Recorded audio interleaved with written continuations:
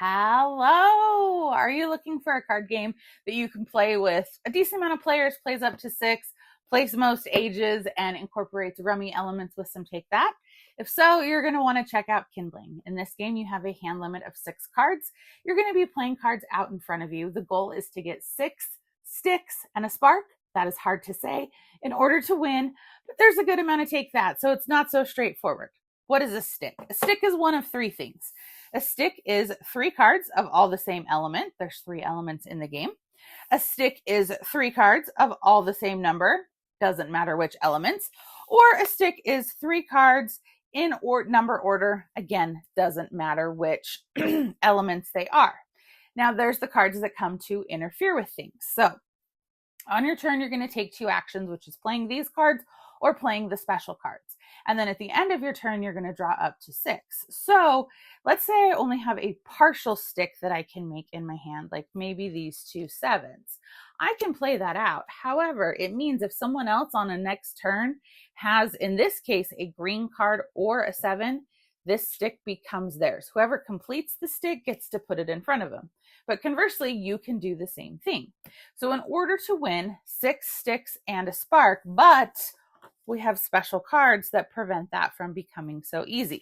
So the first one is actually a helper card. It's a wild card. It's whatever you want it to be. So you can use this on your own, or you can use this on someone else's partial stick to make it your stick. Then we have the kindling. So kindling will protect a stick that it cannot be destroyed, but it can be swiped. So there's an option. Then we have these gold cards, and they do a few different things. The first one is a spark.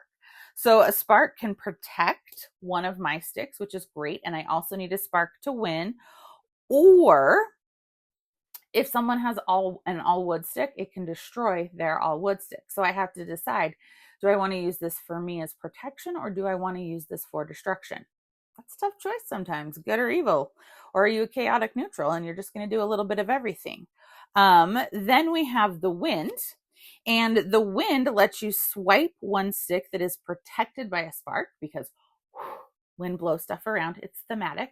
Or it lets you blow the spark essentially to yourself. So it can do those 2 things.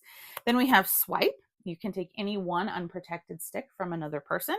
And then we have the lightning. You can use this on yourself to essentially protect up to 3 sticks from all attacks except for a firestorm. So that is very helpful.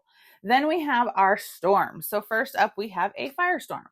As you might expect, a storm destroys, and it's going to destroy up to 3 sticks, or it can remove someone's lightning. So again, you might be then, if they're all protected, it's like, well, I'm going to take your lightning so that now you're not so protected. Then we have our ice storm.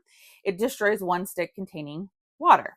Makes sense. Then we have our rainstorm, and it destroys 1 stick containing fire because, well, fire and water don't mix. And then finally, we have our tsunami. Everyone takes their hand and passes it to the player on your left. So this is a fast-paced game, lots of chaos, lots going on, 6 sticks and a spark to win. That is Kindling. Let me know what you think.